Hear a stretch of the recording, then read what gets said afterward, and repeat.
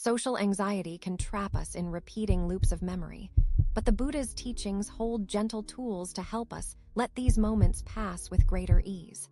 You only lose what you cling to.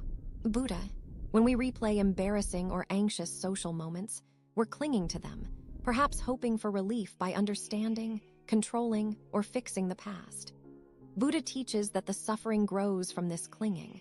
But when we observe our thoughts as passing events rather than truths or identities, we create space to let them go, and ease returns. One practical starting point is mindful noticing, a gentle mental habit you can use anytime anxiety arises. When a memory of a difficult social moment surfaces, pause and notice. A thought has appeared. Rather than jumping into the story, watch it as you might watch a cloud drift by. You don't need to analyze, judge, or solve it. The act of noticing loosens your grip, making space for change. Now try naming the feeling beneath the memory. Often, there's a wave of embarrassment, shame, or regret. Instead of pushing it away, softly acknowledge, "This is anxiety," or "This is discomfort."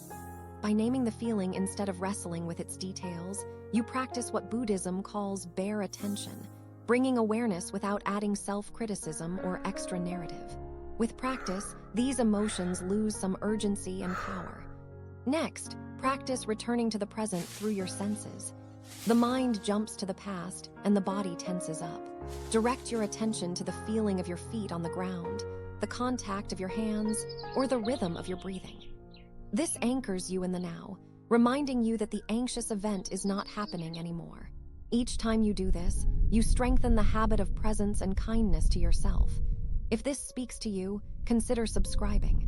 This is a quiet space for exploring mental clarity, emotional strength, and the patterns that shape our minds. Share your experience in the comments if you feel like it.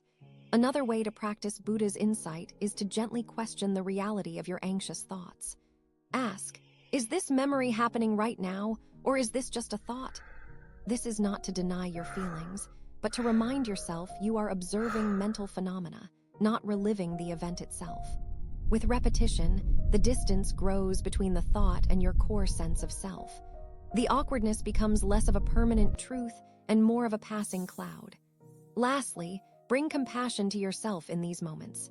The Buddha taught that all minds create suffering when they cling. Your experience is human, not a personal flaw. Saying inwardly, "May I be kind to myself in this moment of struggle," can soften shame and cultivate gentleness alongside observation. Over time, self-compassion helps dissolve the intensity of replayed anxiety.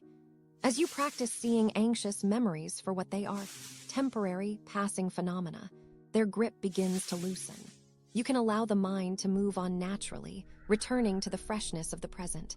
Remember, you are not your thoughts, and you are not bound by moments of discomfort. With gentle noticing and kindness, you can make space to heal and move forward at your own pace.